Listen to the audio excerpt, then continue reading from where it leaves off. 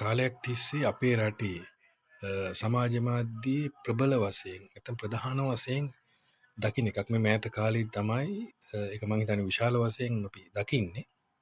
මොකද්ද මේ බල්ලු පූසෝ විශේෂයෙන් සුනක සත්තු පාරවල් වල ඉන්නවා සහ මේ අය පාරවල් වලට අතහැරලා යනවා. පැටව් ගැහැණු සුනකයෝ ඒ කියන්නේ පැටවුත් එක්ක සමහරලාට මේ පැටව් ලැබෙන්න ඉන්න සත්තු එක පැත්තක්. අනික් කාරණේ තමයි මේ සතුන්ට ආහාර ලබා දීම. සමහර පරිශ්‍රවල නැත්නම් සමහර මේ සතුන් රැඳෙන තැන්වල වැඩි වශයෙන් ආහාර ලබා දෙන අවස්ථා වළක්වනවා. නැත්නම් ආහාර ලබා දීම තහනම් වගේ දෙයක්. දැන් මේක සමාජයේ ඇත්තටම මේ සතුන් ගහණය වැඩි වීම විශේෂයෙන් මන්මාවත්වල වගේ දේවල් ප්‍රශ්නකාරී වෙනවා. ඒක හරි. හැබැයි අපි පළවෙනි කාරණේ අපි තේරුම් ගත යුතු දේ මේ අවුරුදු දසදහස් ගණනක් සිටින් මිනිස් ආශ්‍රය වැඩුණු මේ සත්තු පාරට එන්නේ ගෙවල් වල නැත්තම් යම් කිසි තැන්වල ඇති කරන සත්තු තමයි මේ පාරට එන්නේ. නැත්තම් ගෙනත් දාන්නේ. ඒකට සත්තු මොකද කරන්නේ? මේක සත්තුන් විසින් ඇති කරගන්න ප්‍රශ්නයක් නෙවෙයි මිනිසුන් වෙන අපි විසින් ඇති කරගන්න නැත්තම් ඇති කරන ප්‍රශ්නයක්. ඒක පළවෙනි කාරණේ. දෙවෙනි කාරණේ තමයි මේ සතුන්ගේ කෑම සීමා කරලා නැත්තම් මේ සතුන්ට කෑම දාන්න එපා කියලා මේ සතුන් හාමත් කරලා නැත්තම් මේ කෑම කියලා කියන්නේ ඇවිල්ලා අපි දන්නවා ඒක ශාරීරික අවශ්‍යතාවයක්. ඒක අපිටත් අවශ්‍යයි. ඒ වගේම තමයි සතුන්ටත් අවශ්‍යයි. ඒ වන සතුන් වන මේ වගේ සතුන් පාරවල් තොටවල් වල ඉන්නවනේ මේ සතුන්ට යම් කිසි කෑම දීමේ ආහාර ලබා දීමේ ක්‍රමයක් තියෙනවා. ඒ සඳහා ඉදිරිපතර පිරිස් ඉන්නවා. ස්වේච්ඡා සංවිධානද විවිධ සංවිධාන ඒ දේවල් කරන පිරිස් ඉන්නවා. හැබැයි යම් කිසි කෙනෙක් නැත්නම් යම් කිසි පිරිසක් බලාපොරොත්තු වෙන මේ සතුන්ට කෑම නොදී නිකන් පහර දීලා මේ විදිහට මේ ප්‍රශ්නේ විසඳන්න පුළුවන් කියලා එතන ඇති වෙන්නේ මිලේච්ඡත්වයක් වැපිරීම පමණයි. මොකද අපි මිනිස්සු හැටියට දැන් අද අපි දන්නවා මේ සමහර සතුන් ඉන්නවා මේ ඉතා විශාල වශයෙන් ඒ සතුන් නිසා මේ සමාජයට ඇති වුණු බලපෑම මේ ඇත නම් ගම් කීමේ අවශ්‍යතාවයක් නැහැ. කවුරුත් දන්නවා. ඊටම ප්‍රකට වුණු සතුන් ඒ සතුන් නිසා සමස්ත සමාජයට අපේ මිනිස් සමාජයේටම මේ සමාජයේ මිනිසුන්ගේ තියෙන අපේක්ෂා නැත්නම් මිනිසුන්ගේ තියෙන සාමකාමී කම පිළිබඳ අදහස් වැඩි වර්ධනය වෙන්නට ආකර්ෂණයක් ඇති වෙන්නට දෙන්න පෙළඹෙන්නට ලොකු හේතුවක් වුණු සතුන් ඉන්නවා. ඒක පැත්තක තියලා කතා කරත් මේ සතුන් කියන්නේ බඩගින්නෙන් මට්ටු කරලා නැත්නම් බඩගින්නේ තබලා මේ වෙනම ආකාරයක තියෙන ගැටලුවකට විසඳුම් හැකි කාරණයක් හෝ එහෙම අවස්ථාවක නෙවෙයි. ඒකෙන් එකයි මම කිව්වේ මේ මිලේච්ඡත්වය වපුරන එක. දැන් අනික් අතින් ගත්තොත් අපි දන්නවා අපේ රටේ දැන් අර මේ පහුගිය කාලේ සින්දුකුත් ජනප්‍රිය වුණා. ඒකත් මං හිතන්නේ කිව්වේ දුන්නේ කියද්දි මතක් වෙයි කෙනෙකුට. මොකද මේ දන්සල් ගානේ පෝලිං වල ඉඳලා තමන්ගේ දරුවන්ට හරි ආහාරයක් භුක්ති විඳලා මේ කන්න නැතිකම හින්දා නෙවෙයි. එකෙන් වෙනම ආස්වාදයක් ලබනවා. ආහාරය කියන්නේ එහෙමත් දෙයක්.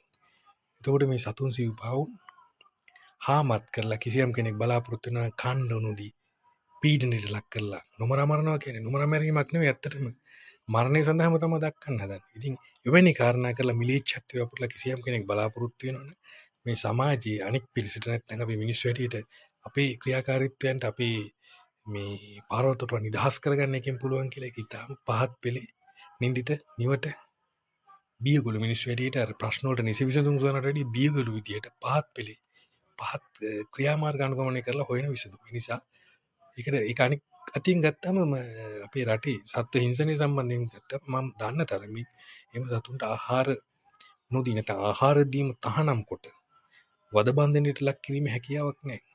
අසරණ වුණු නැත්නම් අපි කියන්නේ යම් කිසි පීඩාවකට රෝගයට ගොදුරුණු සතෙකුට පිටක් වෙන්න මිනිසුන්ට අවකාශය තියෙනවා. ඒක කළ යුතුයි.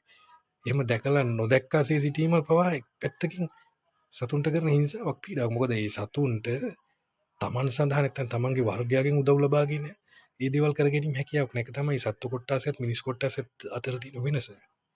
ඒ නිසා මම හිතන්නේ මේ සතුන් සම්බන්ධ කාරණේ සලකද්දී නැවත සරලවම කියන්න තියෙන්නේ. මේ ගැටලු වලට විසඳුම් සොයා ගැනීම යම් විද්‍යාත්මක ක්‍රම සහ විවිධ ක්‍රම විශේෂයෙන් මේ සම්බන්ධයෙන් හොඳ පැහැදිලි කිරීම කරලා මේ සම්බන්ධයෙන් යෝජනා කරපු අදහස් මම හිතන්නේ විටින් විට සහ අදටත් සත්ව සංවිධාන වෙන්න පුළුවන් විවිධ අය ගෙන හැර දක්වලා තියෙනවා. ඉතින් මෙහෙම තියද්දි ඒ විසඳුම් වලට යන එක පසෙක තබලා මේ තමන්ගේ අන්තනෝමතික අදහස් මත ඉතාම පහත් පෙළේ විසඳුම් හැටියට හිතන දේවල් වලට යොමු වීමෙන් වෙන්නේ අපි තවත් මිලේච්ඡත්වයට නැඹුරුවීම මිසක මේ ප්‍රශ්න වලට විසඳුම් සොයා ගැනීම නෙවෙයි නිසා මම හිතන්නේ ඒකට අපි හැම කෙනාම මනුෂ්‍යත්වයේ කරන සහ හරි විදියට විසඳුම් හොයන්න උත්සාහ කරන හැම දෙනාම මේවට එකහෙලා විරුද්ධත්වයේ ප්‍රකාශ කළ යුතුයි. සමාජයක් හැටියට අපි එතන ඉන්න ඕනේ. මගේ අදහස පමණක් නෙවෙයි මම හිතන්නේ බහුතරයකගේ අදහස එතන තියෙන්නේ. මොකද මේ ආහාර නොදී නැත්තම් කෑම ටිකක් කියන්නේ ඒක ශාරීරික අවශ්‍යතාවයක්. ඒක නොදුන්නම වෙන්නේ මොකද ඒ සතා හරි පීඩාවකටපත් වෙනවා. කුසගින්නේ අපිට පුළුවන් ද කුසගින්නේ ජීවත් වෙන්න. ඒ වගේම තමයි සතෙකුට. නමුත් මේ ප්‍රශ්න ඇති වෙලා තියෙන්නේ මිනිසුන්ව තමයි මේ සතුන් මුදා හරින්නේ තමන්ගේ විවිධ හේතුන් මත. ඉතින් ඒ නිසා තමයි මේ සත්ව ගහණය වැඩි වෙන්නේ. ඒ දේවල් වලට හේතු වෙන්නේ. ඉතින් ඒ සඳහා කිසි විද්‍යාත්මක ක්‍රම අනුගමනය කරලා ඒවා පාලනය කරගෙන කටයුතු කරනවා මිසක මේ වගේ මිලේච්ඡත්වයට යොමු වෙලා මම හිතන්නේ සමාජයට සුබදායී ඵලදායි ප්‍රතිඵලත් වෙනවා කියලා. විශේෂයෙන් අපි හිතන්න ඕනේ අද වෙනකොට මනුෂ්‍ය ඝාතනයක් පවා ඉතා සැහැල්ලුවට ලක් වෙන සමාජයක් තියෙනවා. මනුෂ්‍ය ඝාතනය වීම පවා ඉතා සැහැල්ලුවට සාමාන්‍යකරණයකට ලක් වෙන එහෙම තත්ත්වයක් තියෙන සමාජයක සතා සිව්පාවට මේ වගේ හැසිරීමක් ප්‍රදර්ශනය කිරීම කියන්නේ අපේ අනාගතයේ මීට වඩා බරපතල ඛේදනීය ස්වභාවයකට යනවා.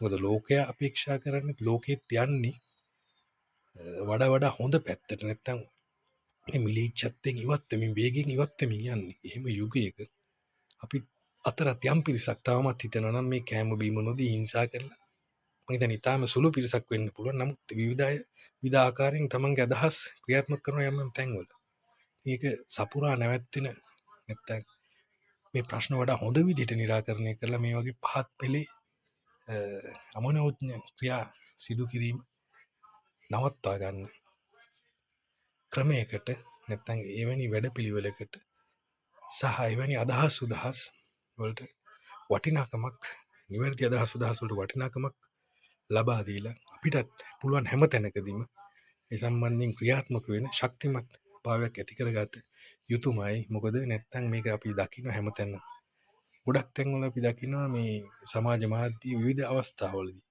ඇත්තට මේක දැකීම පවා මිනිසුන් තවදුරටත් අර සහකම්පනය නැත්තම් කරුණාව කියන ගුණාංග වලින් ඈත් කරන තත්වයකට තමයි හේතු වෙන්නේ. නැත්තම් මිනිස්සුත් මේවා ගැන මේ වැනි තත්වයන් සාමාන්‍යකරණය වෙන්න ඉඩ හැරිය යුතු නැහැ.